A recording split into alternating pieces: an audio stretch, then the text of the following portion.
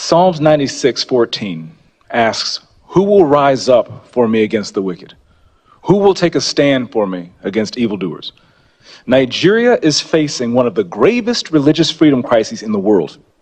As the former chairman of the House Foreign Affairs Committee on Africa, I have visited and have seen firsthand the direness of the conditions in what is now the deadliest place on earth to be a Christian.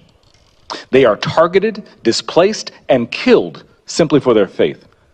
The ancient plea, "Is there no help for the widow's son?" still echoes today. Since 2019, nearly 17,000 Christians have been killed.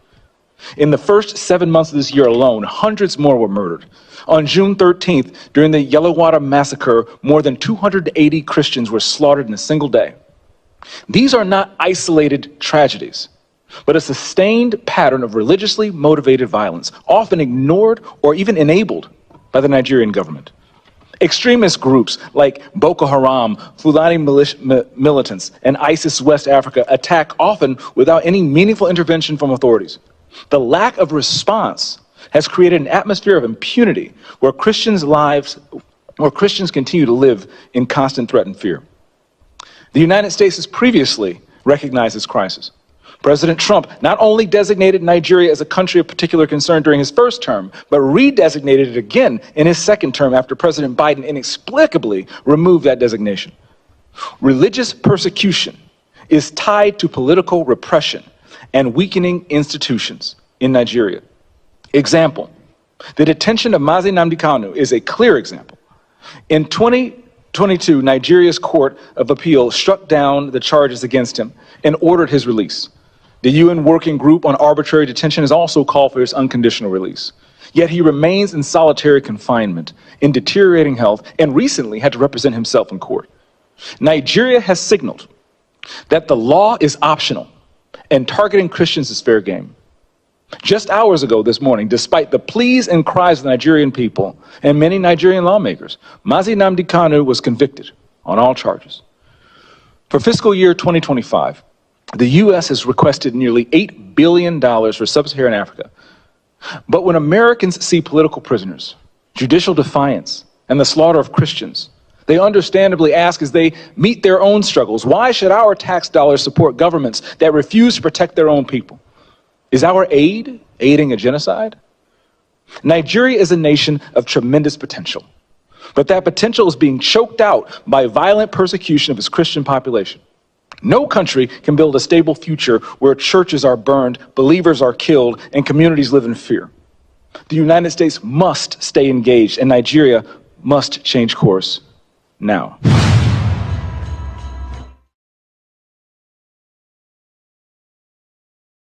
We do have a video I'd like to show. This is of Mrs. Akpen, a survivor of the Yellowater massacre. She lost 5 of her children. The baby in her hands is her one remaining child, but she and so many others who were slaughtered that day, her family. We hear from them, we hear from her, the priest in the picture, that the horror is, the PTSD from that is just unthinkable. And so I just want to, it's a very short but very powerful video. Good afternoon, good evening. It depends on where you're watching us from. I am Reverend Father Philip Apple, the coordinator of the Foundation for Justice, Development and Peace, FJDP, of the Catholic Diocese of Makurdi, Benue State, here in Nigeria. I am here with one of the survivors of the Yellowater massacre of 13th of June 2025 here in Nigeria, where we lost over 200 lives in a single night. So she is here to be witness as one of the survivors of that grave attack. So we'll listen to her.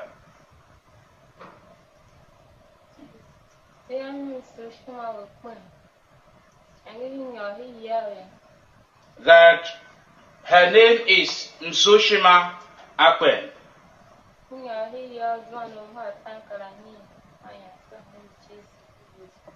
That when they went into sleep that fateful night, around 9 p.m., the Fulani terrorists attacked them where they were sleeping.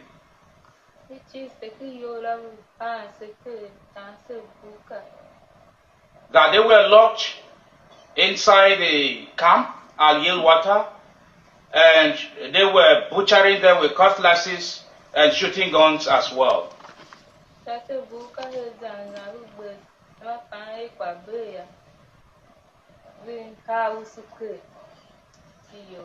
When they thought all had finished at some point in time, they poured petrol on the building, and most of them, majority of them, were set ablaze.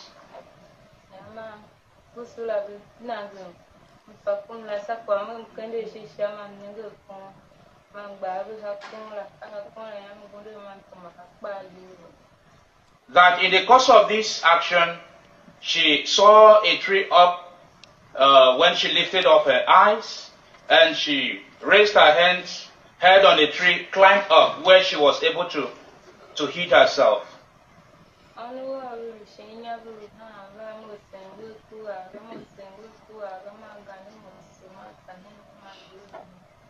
That her 5 children that she left below were crying, and in her presence they were being slaughtered by the terrorists. Okay.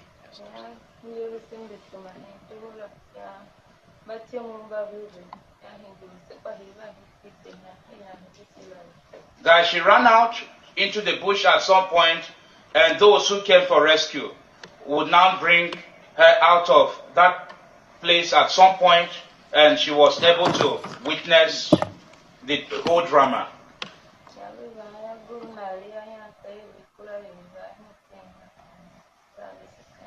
And when the people came, they were now relocated to a new camp. So thank you very much. This is the much we can receive from Msoshima Akpen. God bless you.